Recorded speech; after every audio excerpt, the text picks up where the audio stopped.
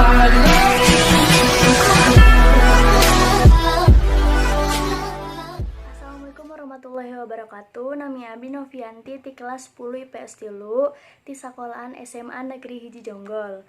Di dia abdi bade ngajelaskeun ngeunaan antisipasi virus corona. Virus corona atanapi sindrom pernapasan akut parah mangrupikeun virus anu nyerang sistem pernapasan.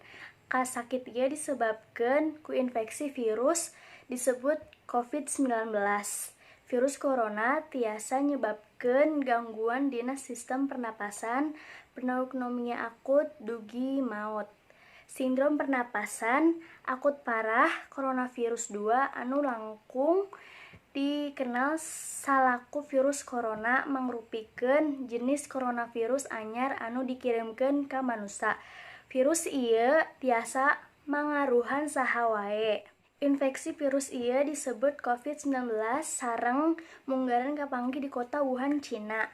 Dina akhir Desember 2019, virus ieu sumebar gancang sareng nyebarkeun ka daerah sanes ti Cina sareng ka sababaraha negara kalebet Indonesia. Coronavirus mangrupikeun koleksi virus anu tiasa ngawatuh sistem pernapasan.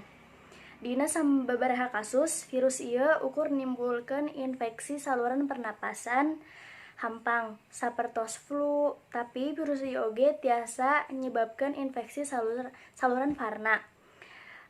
Sapertos infeksi paru-paru atau pneumonia, sindrom pernapasan MERS, sareng sindrom pernapasan akut parah atau SARS. Gejala coronavirus. Jangkitan virus corona atanapi COVID-19 tiasa nyebabkeun penderita ngalaman gejala flu, sapartos muriang, irung lemu, batuk, nyeri tikoro, sareng nyeri sirah.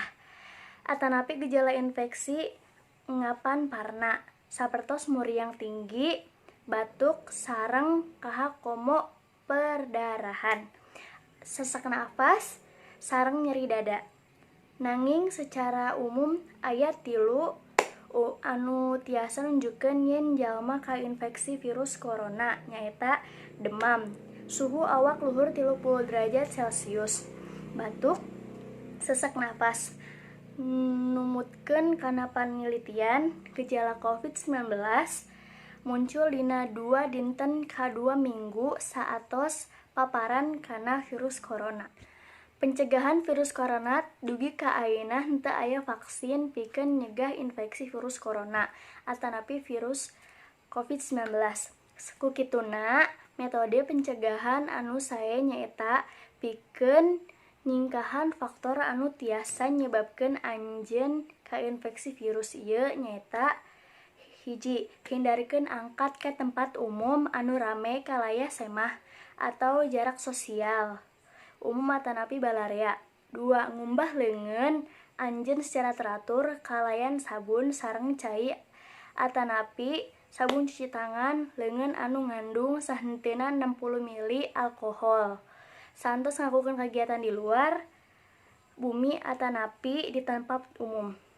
Tong dicabak panon, sungut sareng hindarikeun kontak sareng sato. Mun kamana-mana make masker. Sakitu penjelasan ti abdi, bilih aya kakurangan atanapi kalepatan nyuhunkeun dihapunten. Hatur nuhun. Wassalamualaikum warahmatullahi wabarakatuh.